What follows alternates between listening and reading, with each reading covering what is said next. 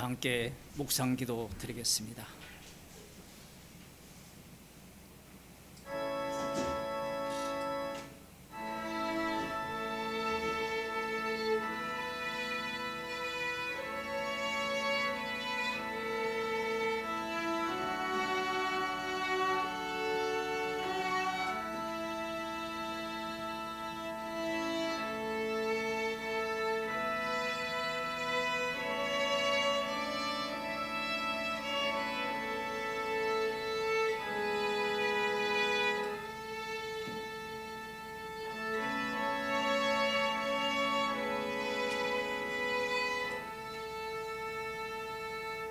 사도신경으로 신앙 고백하겠습니다. 전능하사 천지를 만드신 하나님 아버지를 내가 믿사오며 그 외아들 우리 주 예수 그리스도를 믿사오니 이는 성령으로 잉태하사 동정녀 마리아에게 나시고 본디오 빌라도에게 고난을 받으사 십자가에 못 박혀 죽으시고 장사한 지 사흘 만에 죽은 자들 가운데서 다시 살아나시며 하늘에 오르사 전능하신 하나님 우편에 앉아 계시다가 저리로서 산자와 죽은 자를 심판하러 오시리라. 성령을 믿사오며 거룩한 공예와 성도와 서로 교통하는 것과 죄를 사하여 주시는 것과 몸이 다시 사는 것과 영원히 사는 것을 믿사옵나이다. 아멘. 하나님 말씀 잠언 26장 21절 말씀을 보겠습니다. 잠언서 26장 21절 말씀입니다. 구약 성경 939쪽입니다. 함께 읽겠습니다. 숯불 위에 숯을 더하는 것과 타는 불에 나무를 더하는 것 같이 다툼을 좋아하는 자는 시비를 일으키느니라. 아멘. 기도하겠습니다. 다툼 없는 가정을 원하고 다툼 없는 사회를 원하고 다툼 없는 국가를 원하는 하나의 권력 아래 평안을 원하는 이 세상에 주님께서 화평을 주러 오신 것이 아니라 전쟁을 일으키러 오셨고 분쟁케 하기 위해 오셨다라고 말씀하셨습니다. 주의 말씀들이 우리들을 쪼개게 하시고 십자가의 사건만이 유일한 소망임을 날마다 알아가게 하여 주옵소서. 예수님 이름으로 기도드리옵나이다. 아멘. 찬송가 395장입니다.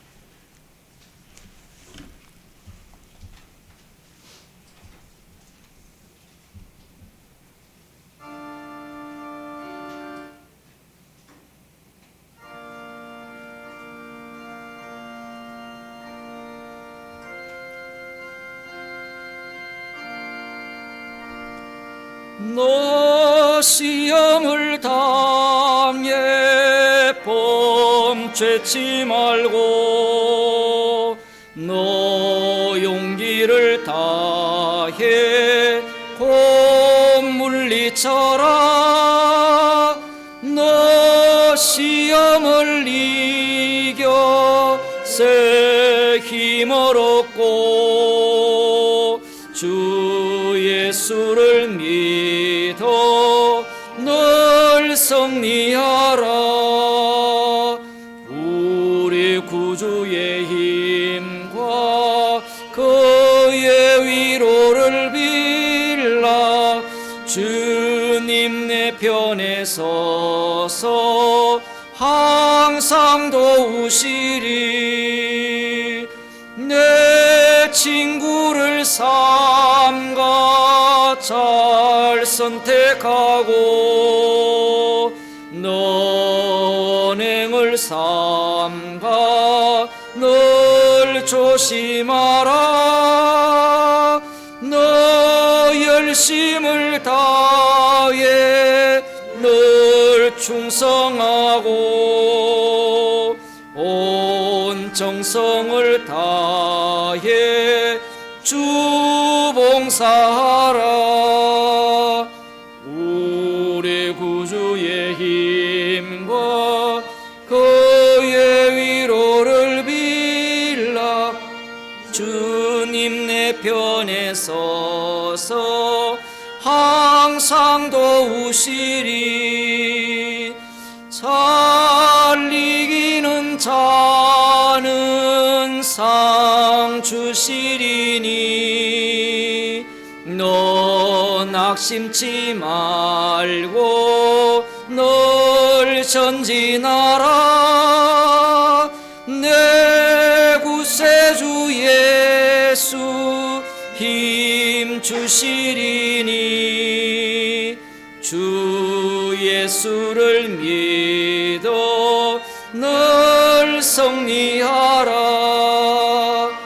우리 구주의 힘과 그의 위로를 빌라. 주님 내 편에 서서 항상 도우시리. 찬송가 94장입니다.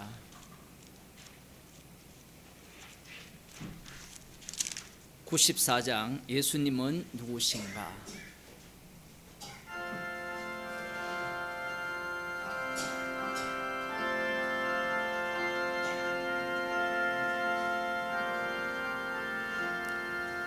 예수님은 누구신가? 우는 자의 위로와 없는 자의 풍성이며 전한 자의 높음과 잡힌 자의 노임되고 우리 기쁨 되시네. 예수님은 누구신가? 약한 자의 강함과 눈먼 자의 빛이시며 병든 자의 고침과 죽은 자의 부활되고 우리 생명 되시네. 예수님은 누구신가? 추한 자의 정함과 죽을 자의 생명이며 죄인들의 중보와 멸망자의 구원되고 우리 평화 되시네. 예수님은 누구신가? 온 교회의 머리와 만국인의 구주시며 모든 왕의 왕이요 심판하실 주님 되고 우리 영광 되시네. 하나님 말씀 시편 84편입니다.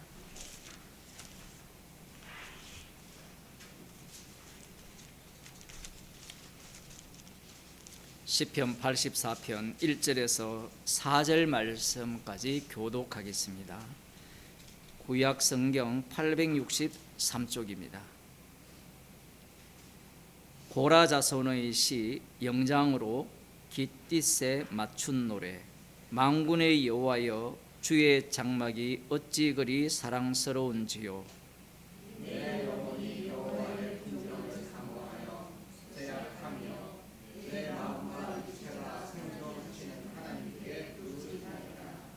나의 왕 나의 하나님 만군의 여호와여 주의 제단에서 참새도 제 집을 얻고 제비도 새끼 둘 보금자리를 얻었나이다. 주의 집에 가는 자가 복이 있나이다. 저희가 항상 주를 찬송하리이다. 셀라. 아멘. 찬송가 384장입니다. 384장입니다. 내 주는 강한 성이요.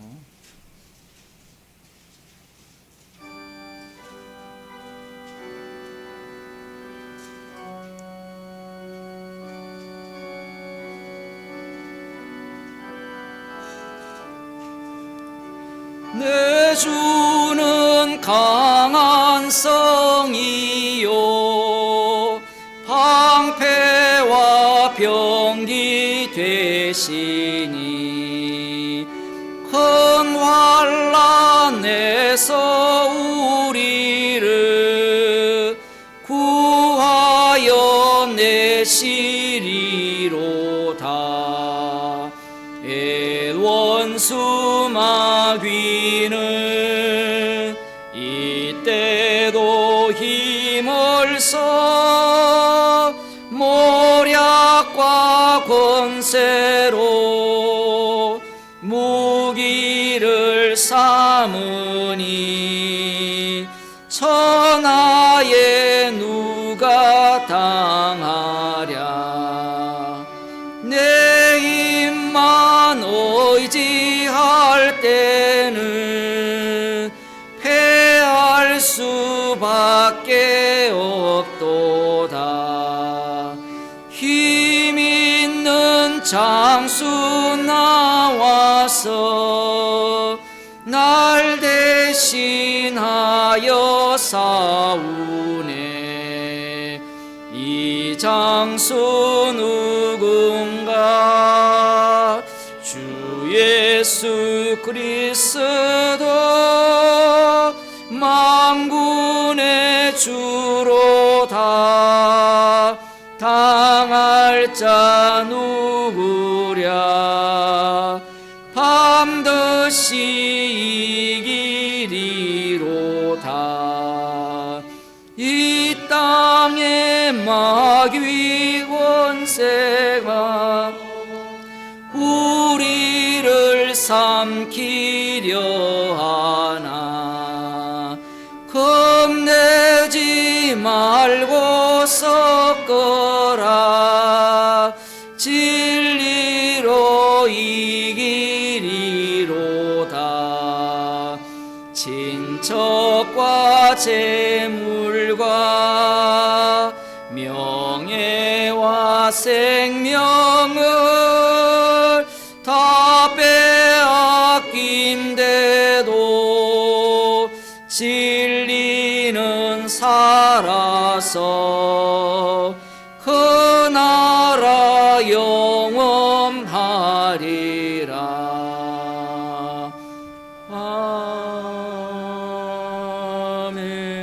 아멘. 이 시간 서미화 집사님 기도해 주시겠습니다.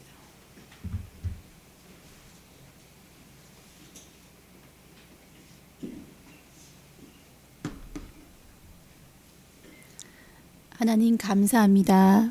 저희에게 찾아오셔서 주의 정인 삼아 주시고 이렇게 모여 예배할 수 있게 하여 주심을 감사합니다.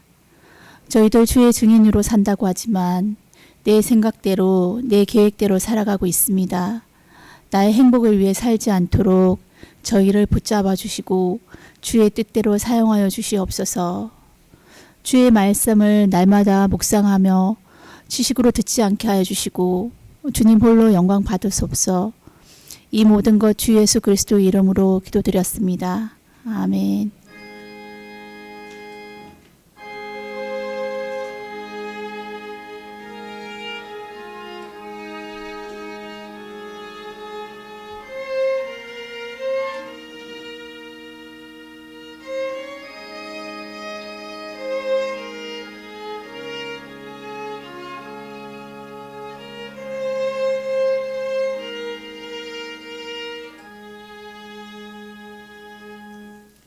하나님 말씀 로마서 8장 5절에서 8절 말씀을 보겠습니다.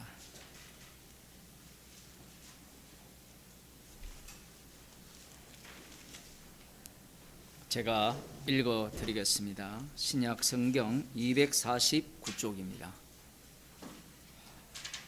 육신을 쫓는 자는 육신의 일을, 영을 쫓는 자는 영의 일을 생각하나니 육신의 생각은 사망이요 영의 생각은 생명과 평안이니라.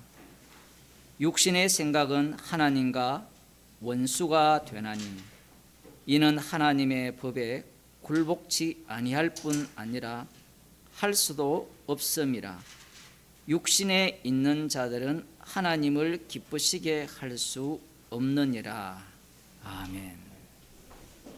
이 말씀에 아멘 할 수 있는 사람은 성도밖에 없어요.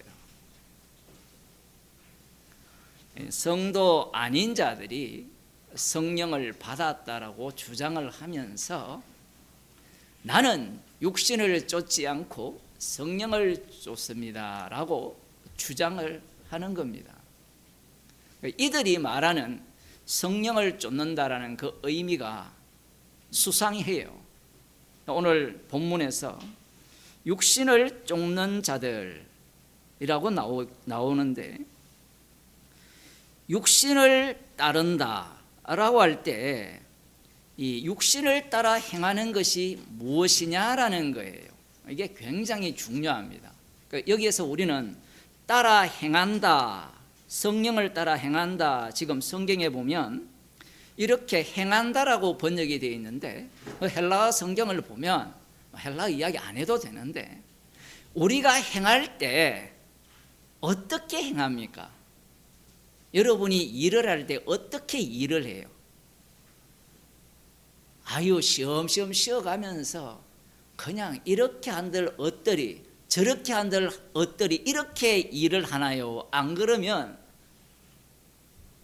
전쟁을 치르듯이 목숨을 걸고 하나요? 어떻습니까? 학원을 하실 때 쉬엄쉬엄 준비는 그냥 아는 대로 하고, 밥을 먹을 때 그냥 대충 먹어요. 대충 먹다가는 그냥 죽을 수 있어요. 대충이라는 것은 사람마다 다 다르거든요. 행한다라고 이야기할 때, 인간이 행할 때는요 목숨을 겁니다. 번역을 잘해놨긴 잘해놨는데 이 성경에 나오는 이런 용어들은 창세기부터 말라기 그리고 사복음서를 다 깔고 있어요. 그 내용을 빼버리고 여기에서 그냥 육신을 쫓는 자라고 이야기하면 어떤 게 떠오릅니까? 로마서 1장 2장에 나오는 하나님께서 내어 버려두사 자기들이 어떻게 하나님의 그 형상을, 하나님께서 지으신 피조물을 하나님으로 바꾸어서 섬기는 우상 숭배와 간음, 동성연애 이런 것들이 떠오를 가능성이 굉장히 높아요. 육신을 쫓아 행한다라고 할 때. 그런데 그 내용도 반드시 포함을 해요. 사람들은 십자가를 이야기하면 그런 인간들의 행위 자체를 무시하는 경향이 굉장히 강합니다. 왜? 그 얘기를 하는 순간 당신은 율법주의자냐 이렇게 얘기를 하거든요. 어떤 분이 이름이 멋져요. 임아론. 댓글을 달았다가 삭제를 했는지 혹시 보셨어요? 목사님은 가정을 버리고 전토를 벌였습니까? 버릴 전토가 없었어 제가. 이제 설교를 듣다가 아마 화가 난 것 같아요. 이해는 돼요. 이해는 되는데 그분한테 제가 질문하고 싶은 게 있어요. 그분은 아마 모르긴 몰라도 자기를 부인하고 자기 십자가를 지고 나를 쫓으라는 말씀은 되게 좋아할 거예요. 그 자기 부인 속에 목숨이 들어있지 않습니까? 목숨이 안 들어있나요? 여러분의 직업이 들어있지 않나요? 그러면 탄식하며 화로다 나여 망하게 되었도다. 이사야의 고백이 나와야 되는데 말씀을 이 개혁주의자들이 이상하게 만들었어요. 오늘 본문이 그것과 연결되어 있거든요. 육신을 쫓는다라는 것이 어떤 의미인지를 알게 되면 오늘날 기독교가 말하는 성령을 쫓아 행한다는 자체가 육신을 쫓아 행하는 것이 밝혀지게 되어 있습니다. 육신이 쫓아 행한다 할 때 분투하죠.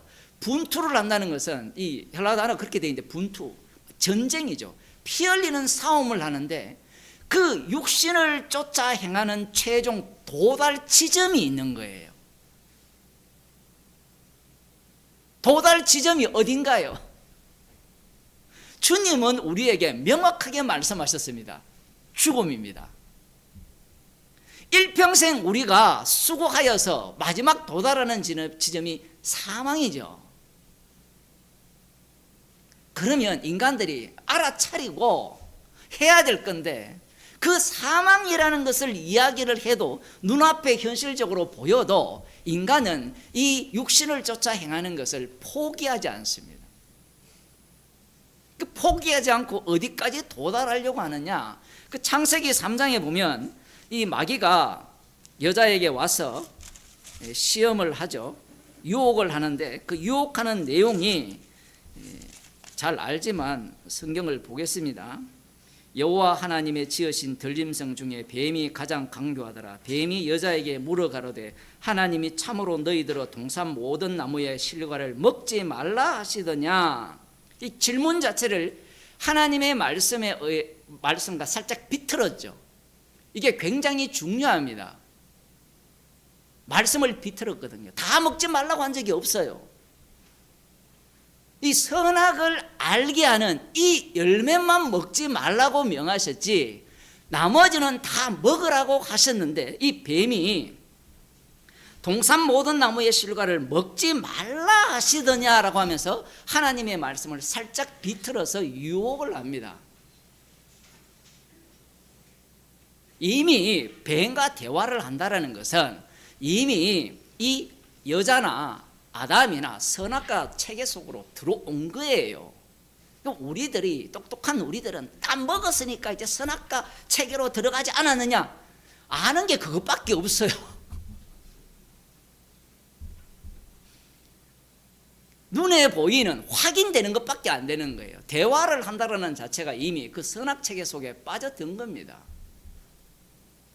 이 말씀을 살짝 비틀었는데 2절에 보면 여자가 뱀에게 말하되 동산나무의 실과를 우리가 먹을 수 있으나 동산 중앙에 있는 나무의 실과는 하나님의 말씀에 너희는 먹지도 말고 만지지도 말라 너희가 죽을까 하느라 하셨느니라. 아무튼 대답도 독특하죠. 선악과 나무 이야기는 하지 않고 동산나무에 있는 실과. 벌써 마음이 비틀어진 거예요. 분노가 네가 뭔데 네가. 예수님께서 전토와 처자나 자식을 버리지 않고 나를 따르지 않으면 나 참 내 제자가 되지 못한다 하면 사람들이 이성적인 사람들은 어떤 생각을 하는가 하면 그런 거는 이단이나 하는 짓이지. 그 케냐가 기독교인이 한 85% 되잖아요. 어떤 한 이단이 나타나가지고 뭐 다 이단이지만 굶어 죽어야 천국 간다. 예수님을 만난다고 하니까 엄청난 사람들이 굶어 죽었거든요. 여러분 그런 사건을 보면서 뭘 느낍니까? 예수님은요 그 사람보다 더 심해요. 로마 제국이 처형하는 그 십자가가 생명의 길이라 이야기해요. 제가 지금 극단적으로 얘기하는 것이 아니라 십자가 복음이 그런 거예요. 근데 사람들은 복음을 대할 때 이성적으로 합리적으로 대하려고 하는 거예요. 이성적 합리적은요 천지 창조부터 용납이 안 돼요. 아무리 이성적으로 합리적으로 따져봐요. 과학적으로 따져봐도 천지 창조가 이해됩니까? 기껏해야 엔트로피가 가장 높은 체계에서 빅뱅이 시작되었다. 이제 이론이 빅뱅으로부터 출발하지 않고 그 전에 엔트로피가 가장 높은 안정, 사실은 무질서죠. 혼돈과 공허. 이제 거기 이야기까지 나와요. 거기에서 무슨 십자가가 나옵니까?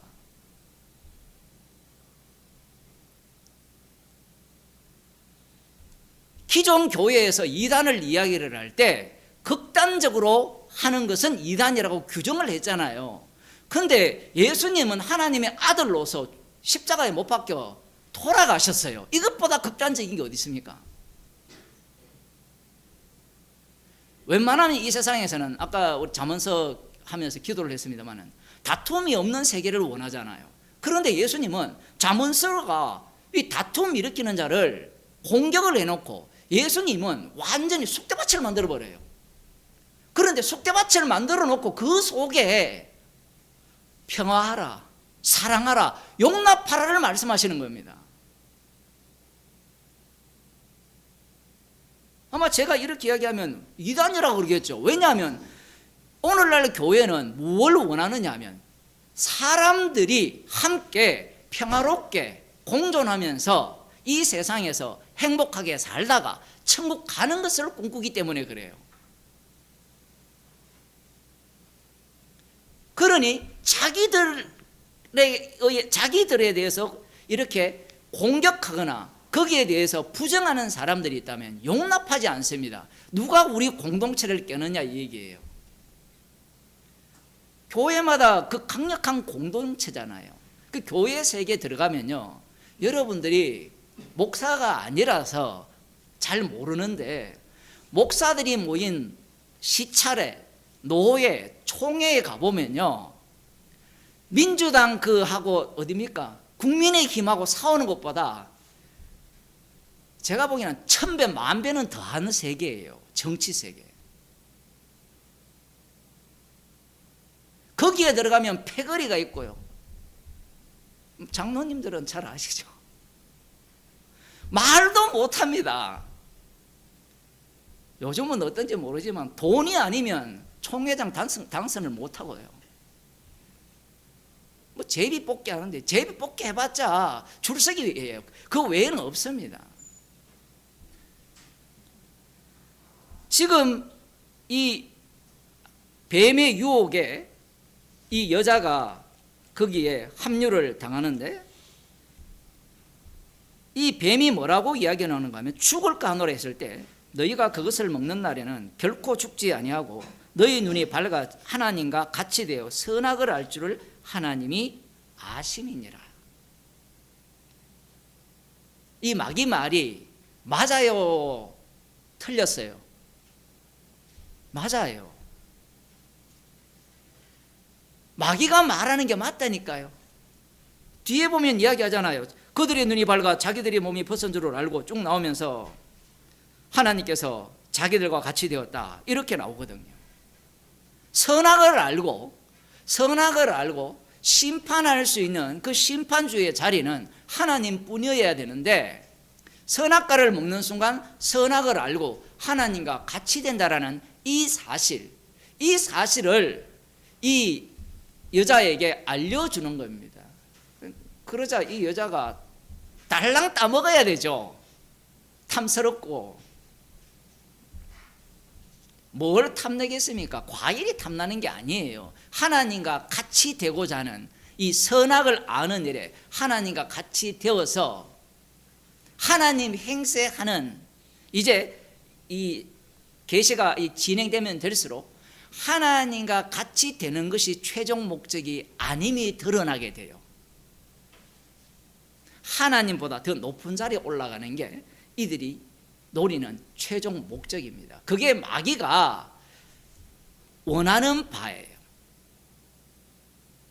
여기에 보면 육신을 쫓는다는 것은 하나님과 같이 된 그 선악을 아는 지식체계 속에 있는 거예요.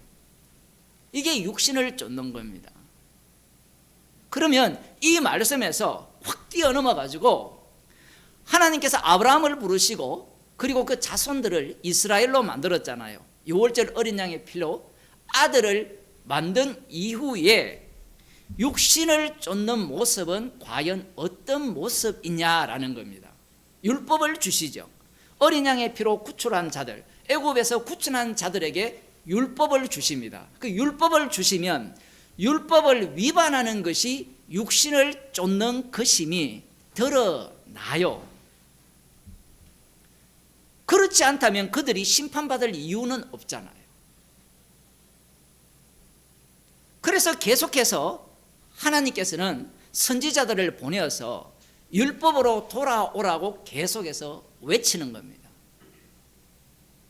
바벨론 포로로 잡혀가서 돌아왔을 때 에스라 느헤미야가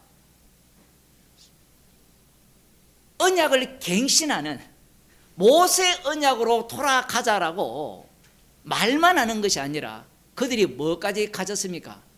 권력까지 가졌거든요. 느헤미야가 거기 보면요, 에스라입니까 느헤미야입니까? 이 이방 여인과 결혼한 제사장인가? 반축입니다. 폭력을 행사해요. 상상이 갑니까? 폭력을 행사한다고. 머리채를 잡고. 그러면서 안식일을 지키게 하고 제사장과 레위인들의 그 규례, 질서를 잡고, 그 다음 11조를 제대로 하고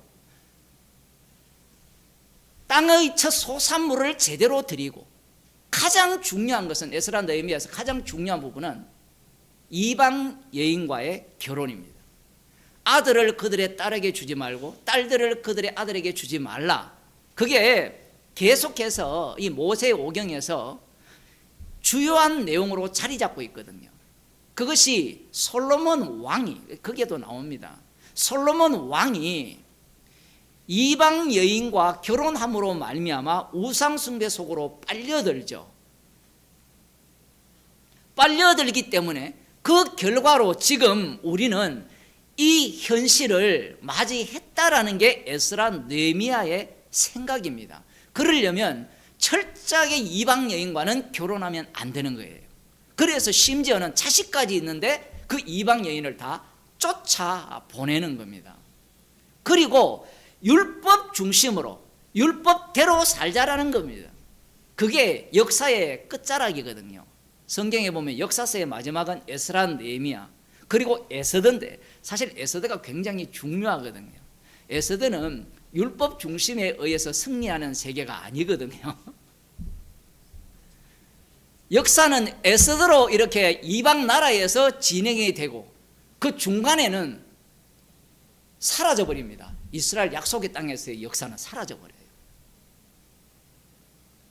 그 과정 속에서 이 유대교라는 종교가 만들어져요. 유대교라는 종교. 그게 우리가 말하는 사복음서에 예수님을 대적하는 자들입니다. 그러면 이 유대교의 그 중심 그 파들은 바리새파, 뭐 사두개파, 뭐 에셈파, 이런 어떤 뭐 여러 파들이 있는데 그 파들이 중심이 무엇을 차지하느냐 하면 에스라 느헤미야 정신을 그대로 끌고 옵니다. 말씀대로 살자는 거고, 사두개파들은 성전을 제대로 관리를 하고 성전 중심의 신앙생활을 해야 된다는 거고, 바리새인들은 성전이 있어도 말씀이 더 중요하죠. 그런 쪽도 있고요. 분파가 세부적으로 들어가면 굉장히 많은데 어쨌든 말씀대로 살아가야 된다는 거, 그 에스라 느헤미야 정신을 우리가 이어받아야만 우리가 기다리는 메시아 왕국에 들어갈 수 있다라는 거예요. 들어갈 수 있다라고 표현을 하지만 실은 자기들이 그렇게 함으로 말미암아 선지자들이 예언한 다윗 왕으로 오시는 그 메시아를 자기들이 옹립할 수 있다라는 겁니다. 요한복음 6장에서 예수님을 임금 삼으려 한 것이 그냥 임금 삼으려 한 게 아니라 자기들은 준비가 된 거예요. 그 오병이어의 기적을 맛본 자들이 우리가 볼 때는 어중이 떠중이 같은 자들이었을 거라 생각하지만 그 뒤에 가면 그렇지 않아요. 예수님의 제자들도 그 속에 포함되어 있습니다. 말씀을 모르는 자들이 아니에요. 그 준비된 자들이 왕을 옹립을 하는 거예요. 그 왕이 옹립이 되면 그 왕을 중심으로 이제 온 열방이 자기들에게 굴복한다라는 것이 이들의 믿음입니다. 그게 메시아 왕국이에요. 오늘날 백투더 예루살렘을 주장하는 자들도 똑같거든요. 감람산에 오시면 자기들이 영원히 왕노릇한다라는 게 그들이 꿈꾸는 바예요. 그 왕 노릇이 십자가가 왕 노릇이거든요. 예수님이 그걸 안 믿어요. 왜 안 믿느냐 하면 악마에게 사로잡혀 있기 때문에 그렇습니다. 지금 제가 이 창세기부터 이스라엘 역사 전체를 끌고 와서 중간사를 지나와서 사복음서까지 도달을 했잖아요. 그러면 그 당시에 그 유대인들은 어떤 모습을 보이느냐라고 하면요, 창세기부터 말라기까지 보였던 그들 조상의 유대인들의 모습과는 전혀 다른 모습을 보인다라는 거예요. 그 전까지는 그들이 율법을 순종하지 않고 우상을 숭배하면서 하나님의 선지자를 아무리 보내도 듣지 않았어요. 듣지 않았는데 이 에스라 느헤미야 이후에 뭐 말라기도 있겠지만 그 역사 이후에 그들이 중간 과정이 복잡하게 진행된다 할지라도 그들은 나름대로 그 계시가 없는 기간 동안 그 전까지 그 예언된 그 계시를 바탕으로 해서 그 역사 속에서 메시아 왕국을 꿈꿨다라는 겁니다. 그들이 바로 바리새인과 서기관입니다. 사도계인도 여기에 포함되는 거예요. 그래서 육신을 쫓는다 했을 때 구약을 보는 자들은 어떤 생각을 갖고 있는가 하면 육신을 쫓는 자들은 우상 숭배한다든가 점을 본다든가 아니면 율법 말씀에 대해서 불순종하는 이런 쪽으로 생각할 가능성이 매우 높습니다. 물론 그것도 맞아요. 그것만 알면 절반만 아는 거예요. 성경에서는 절반만 아는 것은 다 모르는 겁니다. 왜 구약과 이 사복음서가 같이 연결되어 있는지를 목사들이나 신학자들이 생각을 못해요. 왜냐하면 이들은 답이 중요하거든요. 십자가라는 답, 영생이 이르는 답. 그들의 관심이 다 영생이 있기 때문에 그렇습니다. 오늘날 교회가 영생 빼고 이야기하면 누가 교회에 와요? 그 영생 속에는 축복과 나의 행복이 함께 깔려 있잖아요. 그걸 빼버리면 교회에 올 사람이 없잖아요. 그런데 성경은 사실 그 모습이 육신을 쫓는 모습인데 성경은 예수님에 대해서 전가하거든요. 나에 대해서 이야기하는 게 아니에요. 우리에 대한 이야기가 아니에요. 만일 우리에 대한 이야기 같으면 지옥 보낼 자를 만들면 안 돼요. 우리에 대한 이야기라면. 에이 목사님, 그 지옥 보낼 자는 가야 되지 않습니까? 그러면 물어봅시다. 그 사람에게. 그건 주님의 선택인데요. 그 선택에 당신이 포함되지 않았다는 걸 뭘로 증명하겠느냐라고 물어보면 증명할 게 없어요. 그러면 기껏해야 뭐라고 하는가 하면 나 믿어요 이야기하거든요. 그런 짓은요, 예수님을 살해한 유대인들이 다 갖고 있었어요. 그런 신앙은. 그래서 육신을 쫓는다는 게 뭔지를 이 구약만 봐서는 도무지 답이 안 나옵니다. 구약만 보게 되면 육신을 쫓는다는 그 결론이 사도 바울이 주님을 만나기 전에 생각했던 그 생각과 똑같은 거예요. 로마서에 의하면 율법을 알기 전이죠. 율법을 알기 전이니까 독특하죠. 율법을 알기 전에 인간의 모습을 보면 율법을 다 안다라고 이야기하죠. 알고 율법대로 지켜요. 그런데 성령이 오니까 율법을 비로소 알게 된 거예요. 마태복음 4장을 보겠습니다.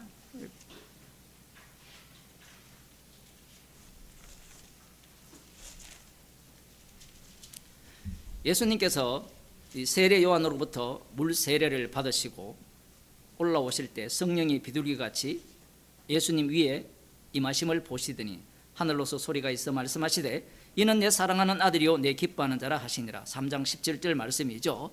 예수님께서 성령의 충만을 받으셨습니다. 오늘 본문 후반부에 성령을 쫓는 자는 성령의 일을 생각한다라는 말씀이 나왔잖아요. 이 말씀이 예수님을 먼저 봐야 돼요. 자꾸 나에게 적용시키지 말고 내가 이 말씀을 보는 순간 우리는 어떤 사태 속으로 내몰리게 되느냐 하면 나중심으로 말씀이 해석이 돼요. 자, 예수님께서 성령을 받으시니까 광야로 내몰렸는데, 광야로 가서 마귀에게 시험을 받는데, 이 마귀가 지금 어느 시점에 있는 마귀냐라고 하면 창세기부터 이 구약을 지나왔어요. 말라기를 지나와서 예수님 종말 시점의 마귀예요. 아니, 마귀가 똑같죠. 그게 중요합니까? 중요해요. 왜냐하면 이 마귀의 모습이 그 모습을 바꿔요. 어떻게 마귀가 모습을 바뀌느냐 하면 하나님께서 말씀을 주시잖아요. 인간이 죄를 범하잖아요. 예를 들어 이런 거예요. 애굽에서 구출을 하시잖아요. 유월절 어린 양의 피로 구출을 하면 마귀는 어린 양의 피를 갖고 너는 구원 받았어라고 들어와요.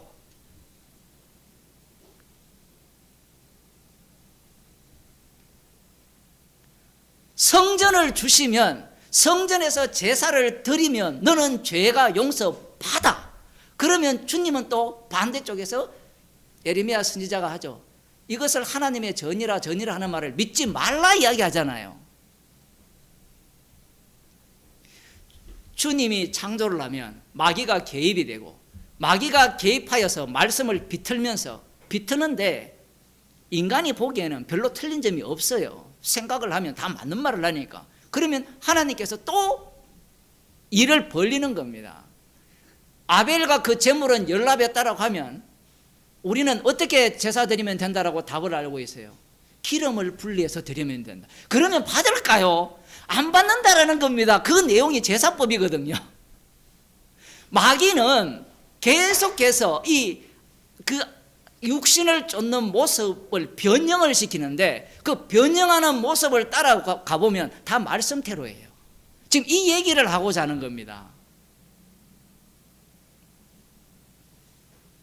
예수님께서 시험을 받으시고 금식했죠. 40일 동안 광야에서 줄이신지라. 시험하는 자가 예수께 나와 가로되 네가 만일 하나님의 아들이거든 명하여 이 돌들이 떡덩이가 되게 하라. 예수께서 대답하여 가라사대 기록되었으되 사람이 떡으로만 살 것이 아니요 하나님의 입으로 나오는 모든 말씀으로 살 것이라 하였느니라. 마귀가 왜 이 이야기를 하느냐 하면 신명기 18장입니다.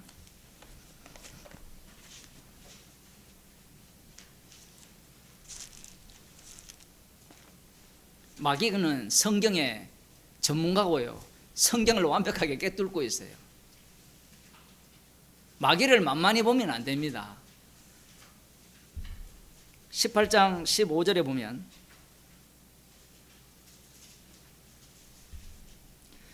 내 하나님 여호와께서 너희 중 내 형제 중에서 나와 같은 선지자 하나를 너를 위하여 일으키시리니 너희는 그를 들을지니라. 모세와 같은 선지자를 일으키고 너희는 그를 들을지어라. 그렇게 말씀하시면서 이것이 곧 네가 총회의 날에 호렙산에서 너희 하나님 여호와께 구한 것이라. 곧 네가 말하기를 나로 다시는 나의 하나님 여호와의 음성을 듣지 않게 하시고 다시는 이 큰 불을 보지 않게 하소서. 두렵건대 내가 죽을까 하나이다 하매 여호와께서 내게 이르시기를 그들의 말이 옳도다. 내가 그들의 형제 중에 너와 같은 선지자 하나를 그들을 위하여 일으키고 내 말을 그 입에 두리니 내가 그에게 명하는 것을 그가 무리에게 다 고하리라. 무릇 그가 내 이름으로 고하는 내 말을 듣지 아니하는 자는 내게 벌을 받을 것이요 내가 고하라고 명하지 아니한, 이거는 이제 거짓 선지자에 대한 이야기거든요. 나와 같은 선지자 하나를 세우는데 그 선지자의 입에 하나님의 말씀을 둬요. 근데 그 말씀을 듣지 않는 자들은 벌을 받는다라는 겁니다. 그런데 왜 이렇게 되었느냐 하면 이스라엘 백성들이 불붙는 산에서 말씀을 주시니까 두려워한 거예요. 하나님도 정말 얄궂어요. 왜 그러냐면 두려워해서 주신 말씀이라면 예수님의 입에서 나오는 말씀은 이 심판의 말씀이어야 됩니까? 아니면 불이 없는 말씀이어야 됩니까? 불이 없는 말씀이어야 되죠. 두려워서 모세를 통해서 말씀을 주셨잖아요. 그래서 선지자 하나를 세워서 그 입에 말씀을 주겠다고 하는 겁니다. 16절 하반절 다시 볼게요.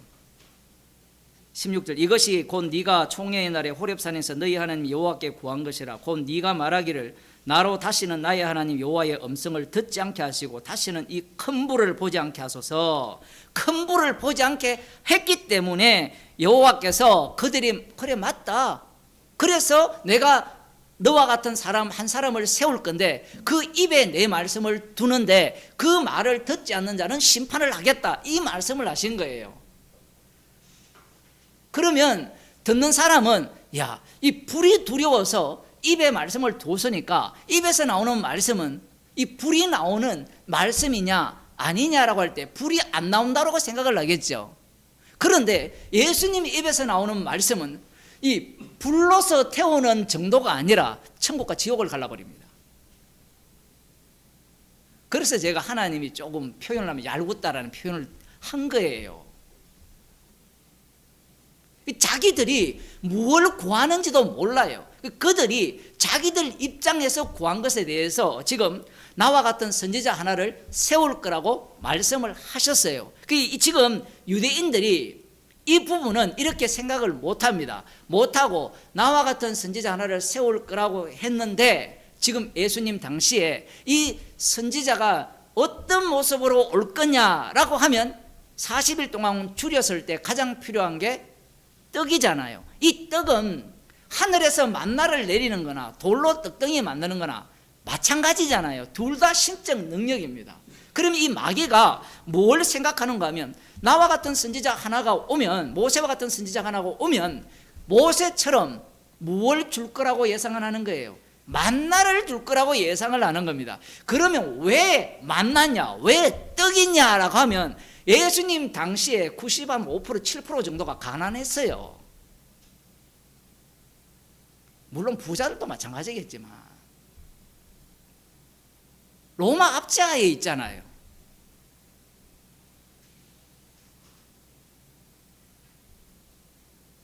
현실입니다. 현실. 그 현실 자체에서 지금 가장 필요한 게 뭐냐라고 하면 나와 같은 선지자, 모세가 예언을 했지, 다윗 왕으로 온다는 것도 마찬가지고요. 그것도 이렇게 다 엮어보면 결국은 지금 가난 문제만 해결해 달라는 거거든요. 근데 인간이 그걸로 안 끝나요, 사실은.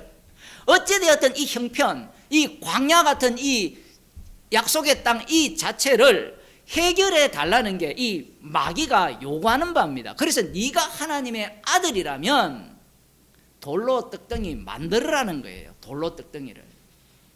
그게 아들다운 모습이라는 겁니다. 지금 유대인들이 기다리는 메시아가 그 메시아예요. 시급한 게 뭡니까? 우리에게 시급한 게 뭐예요? 지금 이 말씀이 만만해 보입니까? 여러분 각자에게 가장 시급한 게 뭐예요? 그러면 입으로 나오는 게 뭐예요? 기도는 안 한다 할지라도 나 뭐 주님은 그런 기도 안 된다 하지만 우리가 바라는 걸 다 알아요. 주님이 우리 내 속에 구상하는 거 다 안다고요. 기도 안 한다는 거는 나 잘났다는 것밖에 안 되거든요. 나 믿음 있다는 거. 믿음 없음을 드러내는 기도를 하면 되는데 우리가 다급한 문제를 해결해 달라는 거거든요. 지금 유대인 전체가 바라는 바가 그 선지자로 왔다면, 예언된 선지자로 왔다면 그 입의 말씀은 심판의 말씀인데 떡을 달라는 거예요. 떡을. 그런데 예수님께서 신명기 말씀을 인용하면서 이렇게 말씀합니다. 사람이 떡으로만 살 것이 아니요 하나님의 입으로 나오는 모든 말씀으로 살 것이라 하였느니라. 신명기 8장 3절을 인용했거든요. 떡을 주신 이유가 신명기 8장 3절을 한번 봅시다.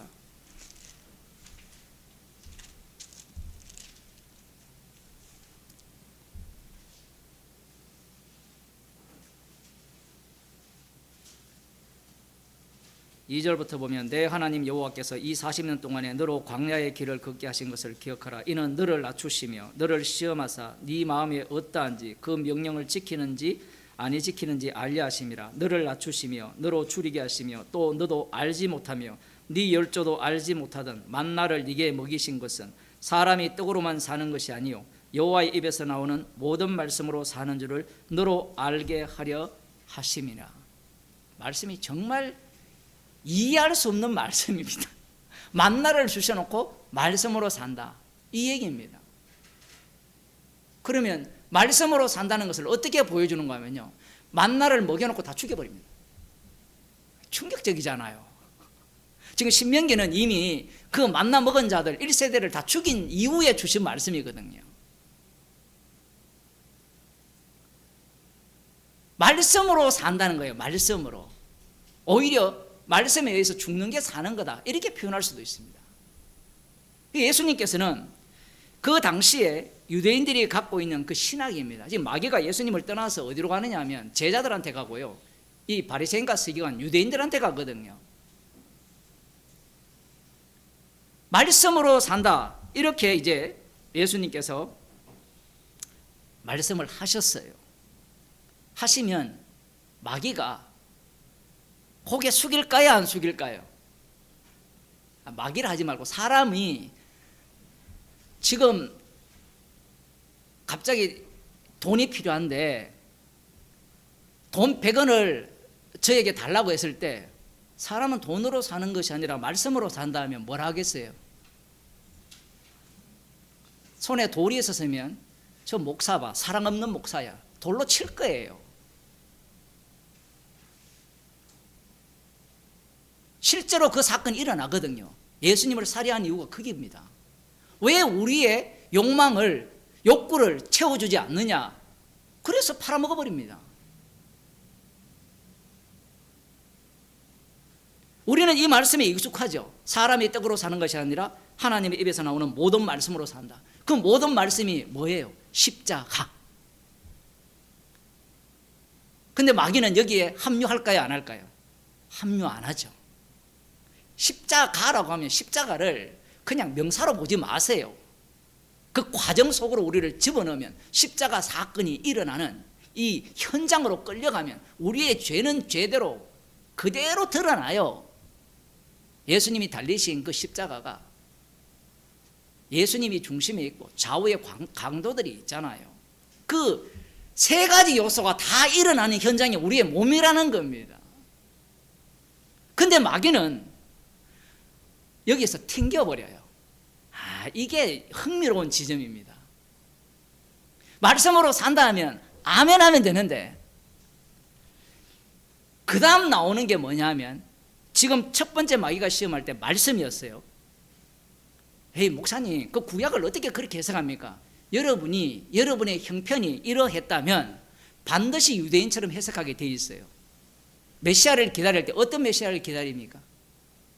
우리 한국이 경제적으로 어려울 때, 복음이 들어왔을 때 예수 믿으면 뭐라 합니까? 복 받는다 했잖아요. 장로님 그런 설교 한 30년 들었잖아요. 예수 믿으면 복 받는다. 그게 뭐예요? 사람이 떡으로 사는 것이 아니라 하나님 입에서 나오는 말씀으로 삽니다. 이 말씀을 먹게 되면 우리에게 축복을 줍니다. 이거 뒤바뀌어 버리죠. 말씀을 먹고 말씀대로 살면 떡이 점점 불어난다, 이렇게 해석을 하는 거예요, 성경을. 이게 튕기는 거죠. 튕기는 방식이 뭐냐면 그 다음 단계입니다. 말씀으로 산다? 그래, 그 다음 말씀만 보자. 말씀대로 되는지 보자. 그래서 시편 91편을 끌고 옵니다. 성전 꼭대기에 세우고 가로되 네가 만일 하나님의 아들이거든 뛰어내리라 기록하였으되. 왜 이 기록하였으되, 왜 말씀을 다 갖고 오느냐라고 하면, 지금 이 당시는 남은 자 유대인들이 자기 아비를 마귀로 두고 있는 시절입니다. 그러면 이 남은 자들은 구약에 있는 그 선지자들의 외침을 머릿속에 다 넣고 있는 상황이에요. 바리새인과 서기관들의 의의를 얕잡아 보지 말라는 게 그거예요. 이 종말이라는 것은 인간으로부터 나올 수 있는 가장 높은 단계의 의의라는 겁니다. 아무도 바리새인을 못 따라가요. 지금도 못 따라가요.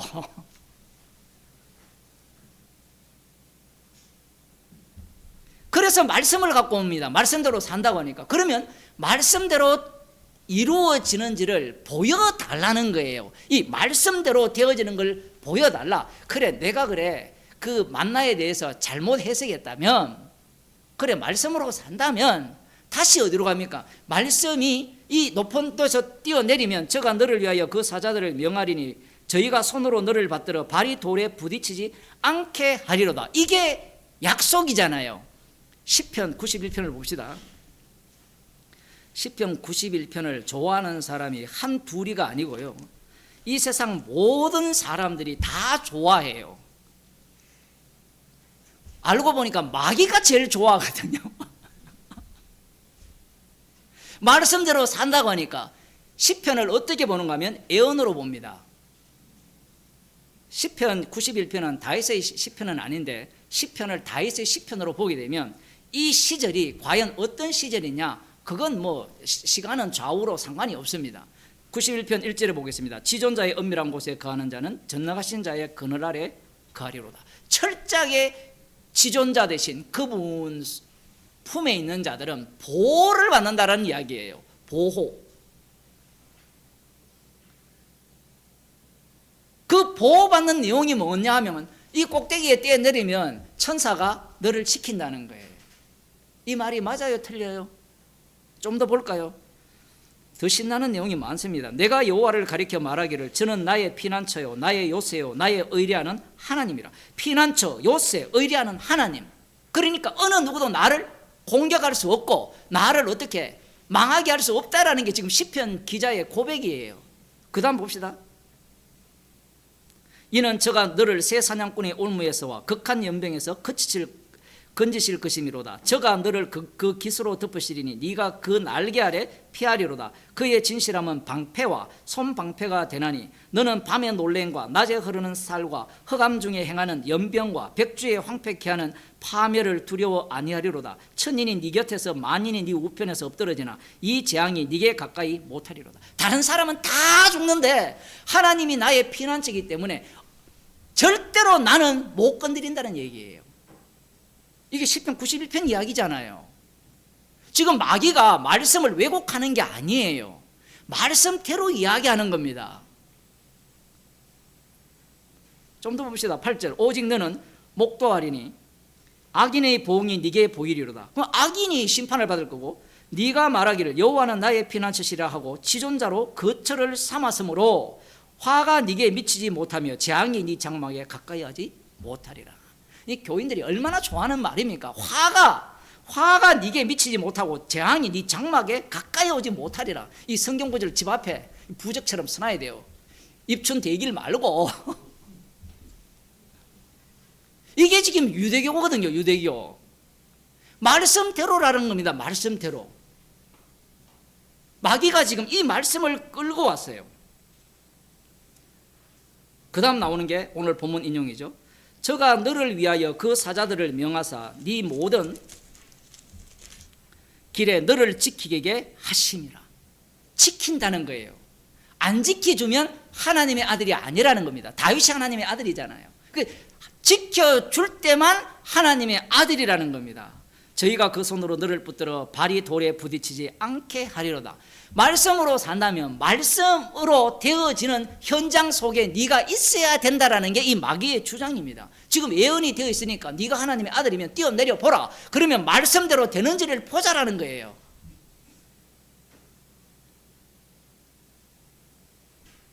지금 예수님과 마귀의 대화가 꼭 우리와 예수님의 대화가 안 같습니까? 우리 각자가 당한 현실 속에서 이 시편 91편을 보면요, 마음이 쿵닥쿵닥거릴 수밖에 없습니다. 쿵닥쿵닥거리면서 우리가 어느 편에 서가 있는지 나옵니까 지금? 마귀 편, 마귀.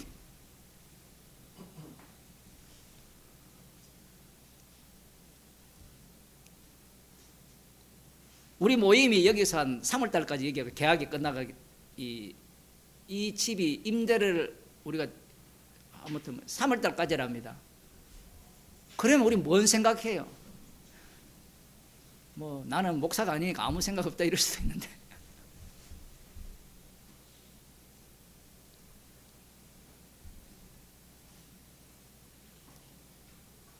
13절에 보면 네가 사자와 독사를 밟으며 젊은 사자와 뱀을 발로 누르리로다. 이야, 정말 신나지 않습니까?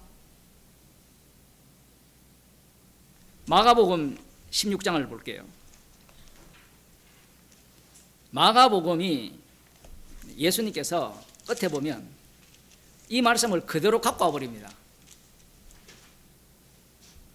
17절, 믿는 자들에게는 이런 표적이 따르리니 곧 저희가 내 이름으로 귀신을 쫓아내며 새 방언을 말하며 뱀을 집으며 무슨 독을 마실지라도 해를 받지 아니하며 병든 사람에게 손을 얹은 적 나으리라 하시더라. 사도 바울이 뱀에게 물렸는데도 끄떡없었잖아요. 그 사건을 시편 91편에도 똑같이 이야기를 하고 있고 마가복음 16장에서도 얘기를 하고 있는데 그 사건을 어떻게 해석하느냐 얘기예요. 사람들은 어떻게 해석합니까? 하나님이 보호하셨다라고 이야기하잖아요. 제가 보기에는 사도 바울이 뱀에 물려 죽는 게 더 행복했습니다. 괜히 안 죽었어요. 그 죽을 때까지 그야말로 온갖 수모와 고생을 그 주님이 걸어간 길을 그대로 걷거든요. 그 인간들은 그 생각을 안 해요. 마귀가 지금 이 말씀이 있으니까 네가 하나님의 아들이라면 말씀대로 산다라고 하면 산다는 게 말씀을 믿는다라는 거거든요. 말씀대로 믿는다면 말씀대로 이루어지는 것을 보여달라는 거예요. 그 보여달라는 것을 예수님이 공생의 이후에 이제 이 시험 받은 이후에 사역을 하면 다 보여줍니다. 다 보여줘요. 자발적으로도 보여주시고요. 원해서도 보여줍니다. 그 보여주는 이유가 이 이유 때문이에요. 너희들 다 마귀 새끼라 얘기입니다. 마태복음 4장이 이해가 안 되면 5장부터 오늘날 기독교가 해석해 왔던 그 방식밖에 안 나와요. 아니 목사님 기적 있지 않습니까? 그래 기적 있죠. 그래서 그 기적은 무엇을 위한 기적입니까? 표적을 위한 표적이죠. 표적을 위한 표적이 되면 저쪽에서는 마귀처럼 네가 정말 하나님의 아들이라면 그러한 신적 능력을 보여줬으니까 믿겠다고 덤벼드는 그들에게 표적이 되지만 예수님이 되는 표적은 십자가의 표적이기 때문에 그 표적을 믿는 자들에 의해서 살해당합니다.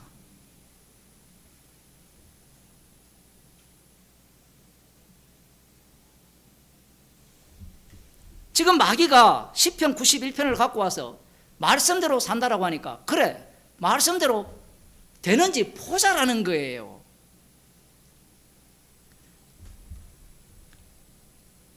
예수님과 대화를 할 때 마귀는 육이잖아요. 뭐 영인데 육에 속했잖아요.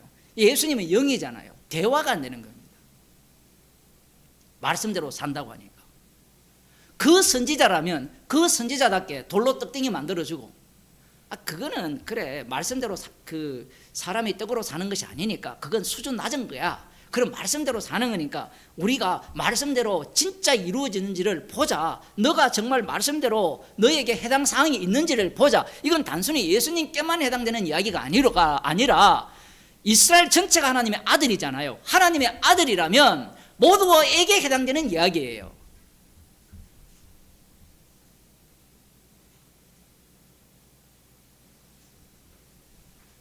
마귀의 실체를 예수님께서 끄집어내는 겁니다. 지금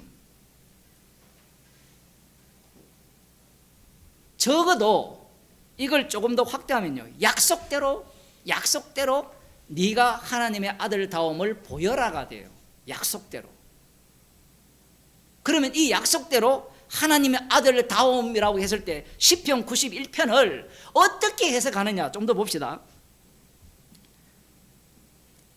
15절 저가 내게 간구하리니 내가 응답하리라. 저희 환난 때에 내가 저와 함께하여 저를 건지고 영화롭게 하리라. 내가 장수함으로 저를 만족해 하며 나의 구원으로 보이리라 하시도다. 자, 이 말씀은 시편 92편 전체 말씀이 뭘 이야기하고 있습니까? 십자가를 이야기하고 있거든요.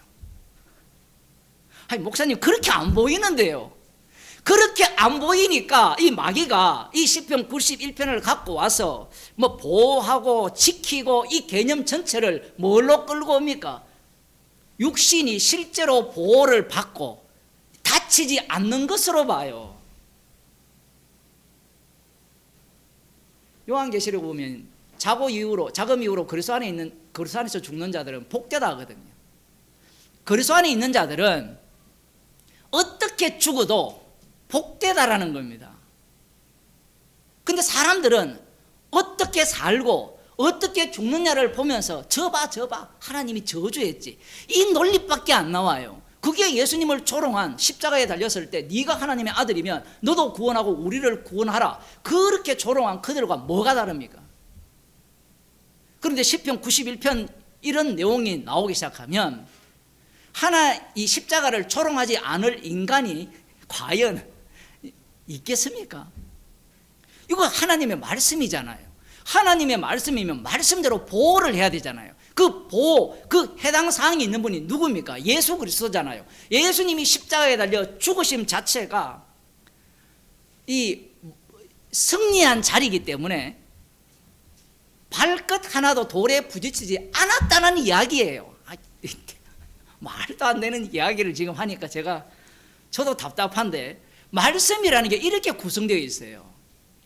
인간의 언어로 계시가 주어지면 그 계시는 십자가라는 사건을 증거하기 때문에 인간은 인간의 언어로 해석해 들어가기 시작해요. 그게 마귀의 방식입니다. 그래서 마귀가 말씀을 말씀대로 해석을 하려고 하는 거예요. 그러면 사람들이 손들고, 그러면 시편 91편이 필요 없습니까? 왜 필요 없어요? 십자가를 드러내기에 가장 완벽한 복음이 돼요. 언제? 종말에. 이때는 아직 아니에요. 이때는 실제로 보호합니다. 보호를 계속하죠. 그런데 예수님 때에서 종말이 되면, 예수님에 의해서 이 말씀이 성취가 되는 그 시점이 되면 이 말씀이 완전히 뒤집어집니다. 그러면 목사님, 보호하는 것은 없습니까? 있어요. 사도행전에 보면 보호를 해요. 보호를 하는데 보호하는 목적이 피를 증거하게 하기 위함으로 보호를 하고, 궁극적으로 보호를 하고 지키고, 뱀의 독을 이렇게 물려도 살리는 이유가 죽이기 위해서, 복음 때문에 죽이기 위해서 살리는 거지, 우리가 생각하듯이 주님이 우리를 보호하고 살려서 무강하도록, 무병장수하도록 하기 위함이 아니라는 이야기입니다.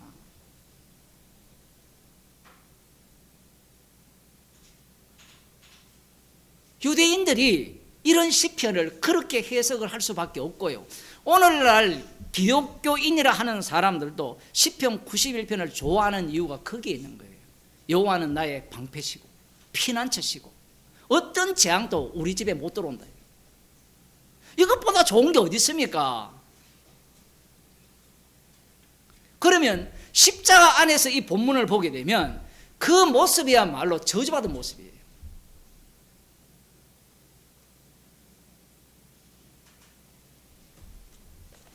예수님께서 다시 마태복음으로 돌아오면 예수님께서 이렇게 대답하십니다. 기록되었으되 주 너의 하나님을 시험치 말라. 이 말씀도 정말 또 이 분노를 일으키는 말씀이죠. 저만 그런지 모르겠지만 왜냐하면 시험하지 않겠다라고 하는 중요한 인물이 있잖아요. 우리가 주일 오후 예배 때 나온 아하스 왕. 하늘에서나 땅에서나 징조를 구하라 할 때 아하스 왕이 뭐라 합니까? 시험하지 않겠다라는 거거든요. 물론 예수님의 말씀은 신명기 말씀을 시험치 말라는 말씀을 인용한 건데 그것만 있는 게 아니에요. 그러면 이 아하스 왕이 시험치 않겠다라는 이 내용을 만일에 여기에 갖고 오면 뭐라고 하겠습니까? 지가 실력이 없으니까, 저런 능력을 못 보이니까 시험하지 않겠다고 하는 거지, 믿음이 없으니까. 이 비웃음을 예수님이 다 받게 돼 있어요, 마지막에는. 왜냐하면 다른 사람은 구원했는데 자기는 못 구원하거든요.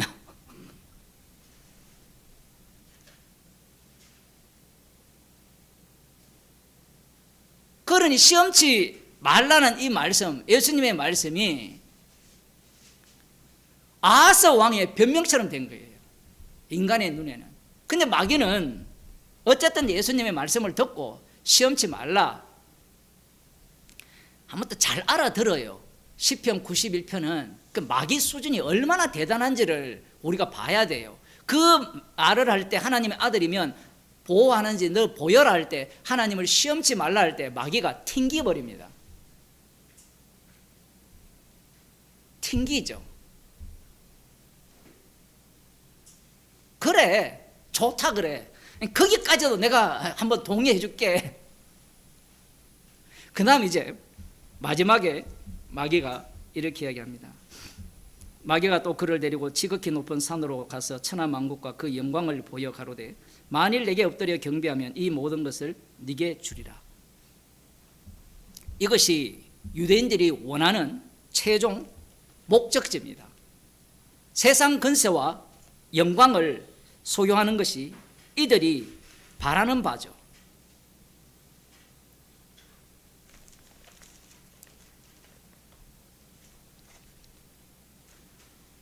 구약성경 아모스 9장을 한번 보겠습니다.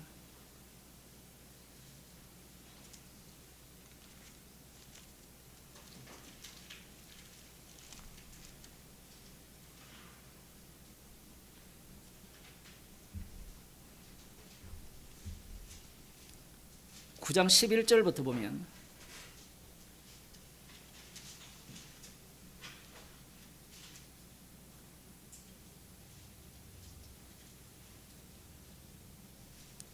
그날에 내가 다윗의 무너진 천막을 일으키고 그 틈을 막으며 그 퇴락한 것을 일으켜서 옛적과 같이 세우고 저희로 에돔의 남은 자와 내 이름으로 일컫는 만국을 기업으로 얻게 하리라.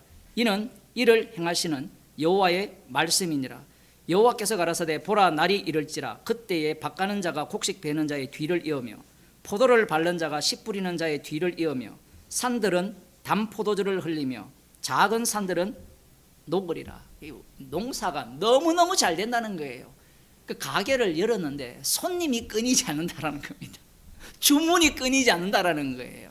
그 정도로 비옥하고 이 약속의 땅의 면모를 제대로 보여준다라는 겁니다. 그 다음 14절 내가 내 백성 이스라엘에 사로잡힌 것을 돌이키리니 저희가 황무한 성읍을 건축하고 거하며 포도원들을 심고 그 포도주를 마시며 관원들을 만들고 그 과실을 먹으리라. 내가 저희를 그 본토에 심으리니 저희가 나의 준 땅에서 다시 뽑히지 아니하리라. 이는 내 하나님 여호와의 말씀이니라. 이 말씀과 시편 2편을 한번 보겠습니다.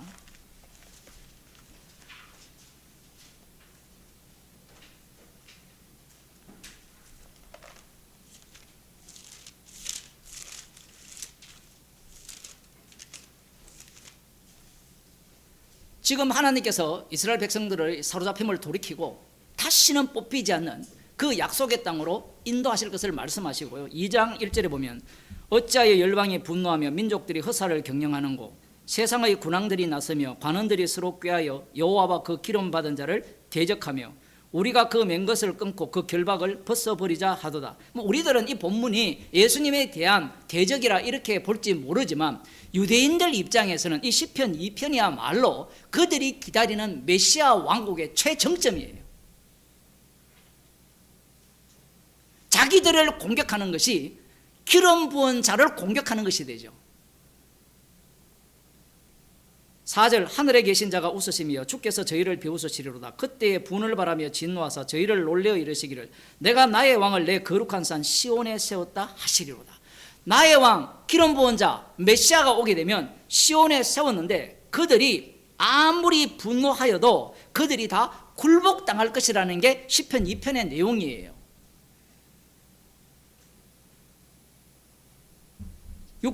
7절 내가 영을 전하노라. 여호와께서 내게 이르시되 너는 내 아들이라. 오늘날 내가 너를 낳았도다. 내게 구하라. 내가 열방을 유업으로 주리니 네 소유가 땅끝까지 이르리로다. 내게 구하라. 열방을 네게 주리라. 네 소유가 땅끝까지 이르리로다. 지금 마귀가 시편 2편을 갖고 간 거예요. 네가 하나님의 아들이면 시편 2편에 대한 이 예언이 너에게 성취가 되어야 된다는 거예요. 땅끝까지 모든 열방이 너의 권세 아래에 들어가야 되고 너의 철장이 저들을 다 부셔서 천하 만국의 건세와 영광을 너가 가져야 된다라는 게 마귀의 생각입니다. 그런데 이 마귀의 생각이 누구의 생각이냐면 마귀가 예수님을 떠나거든요.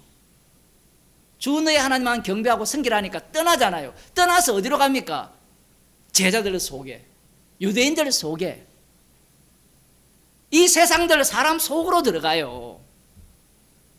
자, 이 논리를 한번 보세요. 마귀의 논리가 틀렸습니까? 틀렸습니까? 맞잖아요. 지금 시편 2편에 열국을 너의 소유로 줄 것이고, 그 다음 봅시다. 10절 9절 네가 철장으로 저희를 깨뜨림이며 질그릇같이 부수리라 하시로다. 깨뜨리고, 이게 실제 이 땅에서 일어나야 될 일이에요. 지금 우리는 교회에서 이 시편 2편을 너무 많이 들어가지고 예수님에 대한 이야기다, 그거 끝나버리는데, 그렇게 끝나서 될 문제가 아니라 구약에서 이들의 범죄와 선지자들의 예언과 그 약속에 대해서 유대인들이 어떤 식으로 기다리는지를 알아야만 이 말씀 자체가, 말씀대로 이루어짐 자체가 악마적이라는 것이 들통나게 돼 있어요. 철장으로 저들을 깨뜨리지 못하면 그건 하나님의 아들이 아니라는 겁니다. 십자가에 못 박혀 죽어버리면, 본디오 빌라도의 명예에 의해서 못 박혀 죽어버리면 그것은 메시아가 맞아요, 아니에요? 아니죠. 믿음 좋은 사람들은 맞죠 이렇게 이야기하는데 안 맞다니까요. 성경과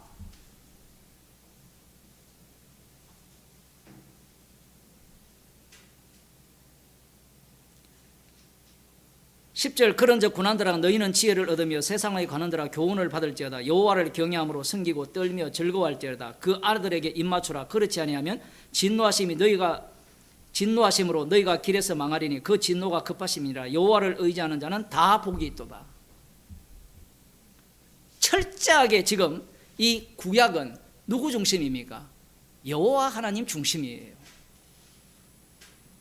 여호와 하나님 중심으로 믿게 되면 앞서 시편 91편이나 시편 2편 그리고 아모스 9장 이 모든 내용을 여호와 중심으로 해석하게 되어 있어요. 여호와 중심으로 해석하면 그 결과는 땅에 소망을 두게 돼요. 왜? 약속의 땅이 이 땅이기 때문에. 그런데 예수님에게 마귀가 찾아왔잖아요. 마귀가 찾아왔을 때 예수님의 답변은 주 너의 하나님만 경배하고 섬기라고 말씀을 하셨잖아요. 그러면 사람들은 이 말씀을 어떻게 이해하느냐면, 그래 주 여호와 하나님만 경배하고 섬겨야지 마귀를 믿으면 섬기면 안 되지, 이렇게 나와요. 논리가. 예수님의 말씀을 못 알아듣는 겁니다. 주 너의 하나님을 경배하고 섬기는 방식이 뭐냐면 예수님이 자기 목숨을 대속물로 내어놓는 방식이에요. 예수님을 주님으로 믿는 것이 주 너의 하나님만 경배하고 섬기는 방식이에요. 마귀는 말 안 듣습니다. 관심도 없고요. 마귀가 최종적으로 노리는 지점이 뭐냐 하면 자기가 하나님의 아들로부터 절 받는 거예요. 야, 이거 진짜 놀랍지 않습니까? 이게 왜 중요하냐면 지금 보세요. 네가 하나님의 아들이면 돌로 떡덩이 만들고 말씀대로 기적도 보여주고 그리고 말씀대로 세상 근세와 영광을 취하라고 요구하는 목적이 뭐예요? 누구를 위함이에요? 나를 위함이에요. 남은 자 유대인을 위함이에요.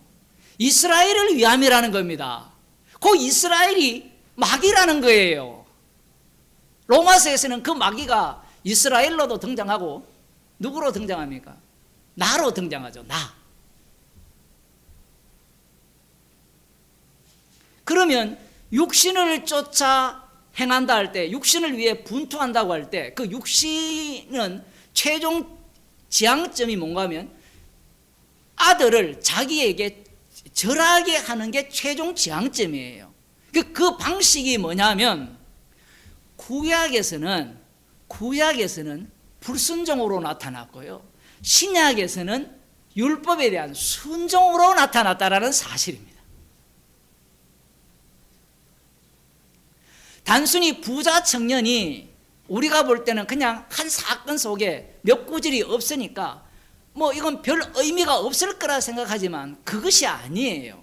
마태복음 4장에 보면 이 유대인들이 어떤 생각을 갖고 메시아를 기다리고 있고 구약을 해석하는지 그 관이 나옵니다. 그것은 모든 말씀은 십자가 지신 아들을 위한 말씀이 아니라 그 십자가 지신 메시아조차도 나를 위한 말씀으로 해석을 하는 거예요. 그게 육신을 쫓는 자예요. 이렇게 되면 육신을 쫓는 자는 육신의 일을 생각한다라고 할 때 이 말씀에서 벗어날 인간이 있느냐라는 겁니다. 지금 사도 바울이 주님이 죄 없는 분이 죄 있는 육신을 입고 와서 하나님께서 그에게 죄를 정죄했으니까 이미 모든 것이 끝났지 않습니까? 끝났으니까 그 끝난 세계 십자가의 완료성에 있는 자가 바로 어떻게 살아가느냐라고 할 때는 이 말씀에 육신을 쫓는 자는 육신의 일을 생각하나니라고 말씀을 할 때 나는 아니오가 아니라 아멘 할 수밖에 없는 거예요. 그러면 그 다음이 중요합니다. 그러면 성령을 쫓는 자는 성령의 일을 생각한다잖아요. 자, 이제 질문 또 합니다. 성령의 일을 생각한다 할 때 성령의 일이 뭡니까? 성령도 분투하거든요. 성령의 일을 생각한다 할 때 성령도 분투하죠. 조금 이따 8장에 보면 성령이 말할 수 없는 탄식으로 우리를 위해 간구한다는 것은 분투, 치열한 전쟁 속에 있다는 겁니다. 표현 자체가 보면 성령을 쫓는 자는 성령의 일을 생각하죠. 여기에 뭐 순서는 8장에서는 성령의 인도하심이 우선이겠지만 이건 뭐 앞뒤를 바꿔도 되는데 성령을 쫓는다 했을 때 성령의 일이 뭐냐를 알아야 될 거 아니에요. 그러면 성령의 일은 뭐라고 생각합니까? 성령의 일은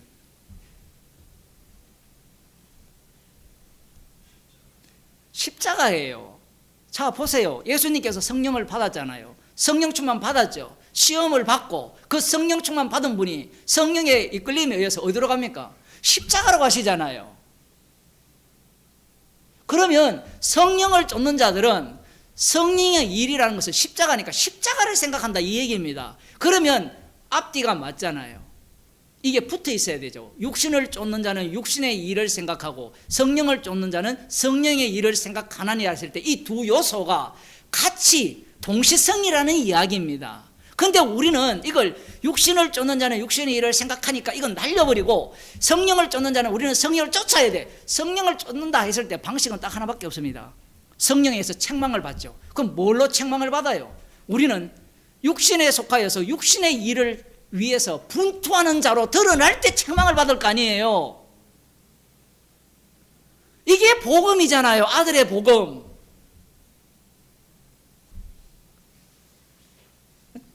제가 흥분하는 이유가 육신의 일을 쫓는다 했을 때 사람들은 이걸 자꾸 제거하려고 한다는 거예요. 제거. 갈라디아서도 나오잖아요. 육신의 성욕과 성령의 소욕 할 때 여러분 육신의 소욕은 죽이시고 성령의 소욕을 나타내십시오. 성령의 열매는 사랑과 희락과 화평. 사랑과 희락과 화평은 열매잖아요. 그 열매가 나오려면 죄인 중에 겟으로 드러날 때만 나와요. 그런데 사람들은 그 성경을 보면 그 열매를 맺자고 하니까 사랑의 열매를 맺은 인간들 한번 보세요. 무슨 십자가를 자랑합니까?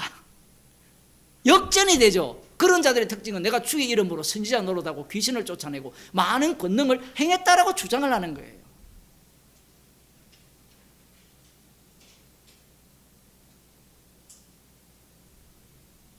성도는 성령의 인도하심이 있어요. 성령의 인도하심이 있기 때문에 이 말씀의 세계로 인도함을 받게 됩니다. 말씀의 세계로 인도함을 받기 때문에 지금 이 내용이 7장으로 가면 사도 바울이 육신을 쫓는 자입니까? 성령을 쫓는 자입니까? 7장에 보면 육신을 쫓은 자로 드러나면서 성령을 쫓은 자로 드러났죠.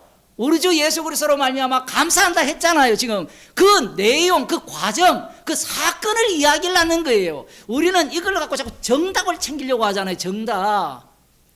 성경에는 정답이 없어요. 말씀이 떨어지면 그 말씀을 위해서 인간은 역사 속에, 시간 속에 살려지면서 그 말씀의 정인으로 살려지게 돼 있어요. 그런데 우리는 선악을 아는 지식을 알기 때문에 지식을 가져와 버리면 그것이 뭐가 됩니까? 명사로, 정답으로 가져와 버리는, 정답으로. 정답과 내 현실과 자꾸 이렇게 괴리가 일어나니까 갈등을 하는 거잖아요. 악마한테 속아서 그래요. 사도 바울이 얼마나 신나게 복음을 전합니까? 자기를 지금 망가뜨려도 이 정도 망가뜨리는 게 없거든요. 앞에 그 얘기 있으면 머리 좋은 사람은 8장에서 육신을 쫓는 자는 육신의 일을, 성령을 쫓는 자는 성령의 일을 생각하나니, 분투를 하나니 라고 했을 때 저 봐, 저 쪼다같이 저 복음을 뭐 전한다고 하면서 내가 지금 이 사로잡혀서 공고한 자다, 무슨 저런 식으로 신앙생활을 하냐, 이렇게 비난을 받겠죠. 누구로부터? 선악과를 아는, 선악과를 생명을, 그 선악과를 먹은 인간이 정답을 알잖아요. 십자가에서 다 이루었다, 완료했다, 이 답을 갖고 있는 자들로부터 공격을 받게 돼 있어요. 우리가 고린도 전서인가 거기도 나오잖아요. 우리가 이 죽을 육체, 우리가 이미 살림을 받았는데 살림 받은 자가 죽을 육체 가운데서 복음이 계속해서 꼽히기 위해서 사망의 죽음 속으로 넘기워야 돼요. 복음은 그렇게밖에 안 나옵니다. 지식 전달로는 복음이 안 나와요. 계속 제가 말씀드립니다만은 지식 전달로 복음이 나올 것 같으면 예수님이 십자가 질 필요 없어요. 육신을 입고 와서 그 육신의 죄를 정하실 필요가 없는 거예요. 그러면 성령을 우리에게 주셨다면 우리의 이 육신을 갖고 이 세상 속에서 살아가게 하면서 이 십자가의 피 능력을 증거하는 정인으로 삼으시는 겁니다. 그 내용을 지금 이 본문에서 사도 바울이 이야기하고 있는 거예요.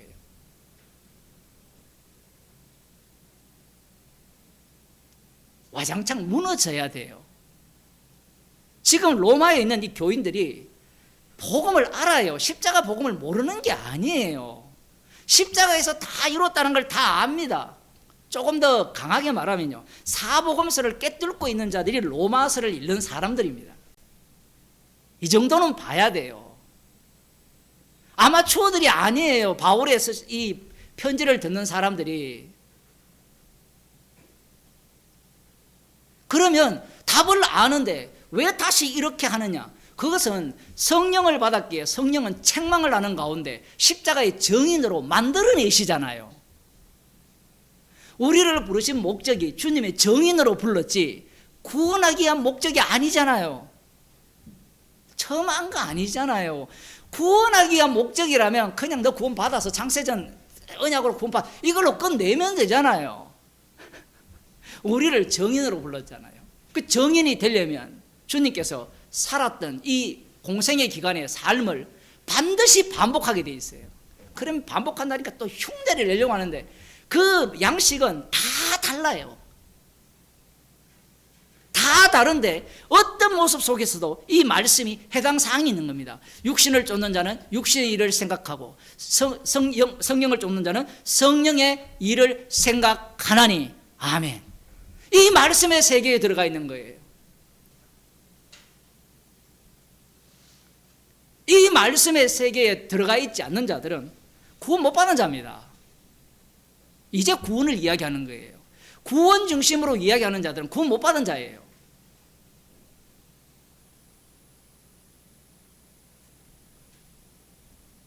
사도 바울이 이렇게 만만하게, 자신만만하게 말하는 이유가 뭐냐면 이 모든 일이 자기의 권한이 아니기 때문에 그래요.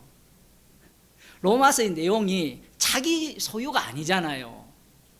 복음이라는 것이 내가 정리를 해서 내가 이해를 해서 이렇게 다룰 수 있는 그런 세계가 아니잖아요. 주님이 지금 또 친히 살아계시잖아요. 갑자기 느닷없이 성령이 말할 수 없는 탄식을 이야기를 집어넣어버리거든요. 이런 것들. 히브리서에서는 주님이 우리를 위해 강구한다. 성령이 친히 우리를 인도하신다. 인도하시기 때문에 지금 이 말씀의 세계, 십자가의 피만을, 결국은 십자가만을 드러내기 위한 그 세계 속으로 우리를 몰아넣는 겁니다. 이 두 요소가 없으면요, 십자가 피를 증거할 수도 없고, 나중에 8장 후반부에 나오는 환난, 위험, 칼 당할 이유가 없어요. 당할 이유가 없다니까요. 사도 바울이 공격당하는 이유가 오호라 나는 공고한 자, 예수 그리스도의 피뿐이다라고 이야기하니까 공격을 하는 거예요. 그런 이야기 하지 말고, 공고한 자는 이미 뛰어넘었고, 정말 예수 안에 있는 자는 정말 주님을 사랑하면서 말씀대로 순종하면서 살아갑니다 라고 하기 때문에 공격받는 게 아니에요. 예수님처럼 모든 걸 부정하기 때문에 그렇습니다. 십자가밖에 없기 때문에 십자가 앞에서는 모든 것들이 아니오가 돼요. 죄가 됩니다. 그래서 이 두 요소를 우리 속에 집어넣어서 주님의 그 죽으신 사건, 공생의 기간이 반복되도록, 그럼 이 선후 관계가 있을 거 아니에요. 그 세계 속으로 집어넣어서 그 피만을 자랑하는 주의 증인으로 삼으시는 겁니다. 기도하겠습니다. 하나님 아버지, 말씀을 이용해서 십자가이신 주님조차 나의 종으로 부리려고 하는 그런 악마성을 덜추어내 주심을 감사드립니다. 육신에 속하여서 육신의 일을 쫓아 행하는 그러한 죄인들을 날마다 성령을 쫓아 행하는 자로 만드셔서 죄의 깊이와 십자가의 사랑의 그 넓이를 알아가게 하시고 피 흘리신 주님만을 자랑하며 그 피 공론만을 뽐내는 자로 삼아주심을 감사하는 저희들이 되게 하여 주옵소서. 주 예수 그리스도의 은혜와 하나님 아버지의 크신 사랑과 성령의 교통하심이 말씀을 소유하여서 내가 심판 주의 자리에 올라가는 자들이 아니라 날마다 십자가에서 다 이루신 주님의 사랑만이 흘러 넘치기를 우리 육신 속에서 솟아나기를 소망하는 주의 백성에게 축원하옵나이다. 아멘.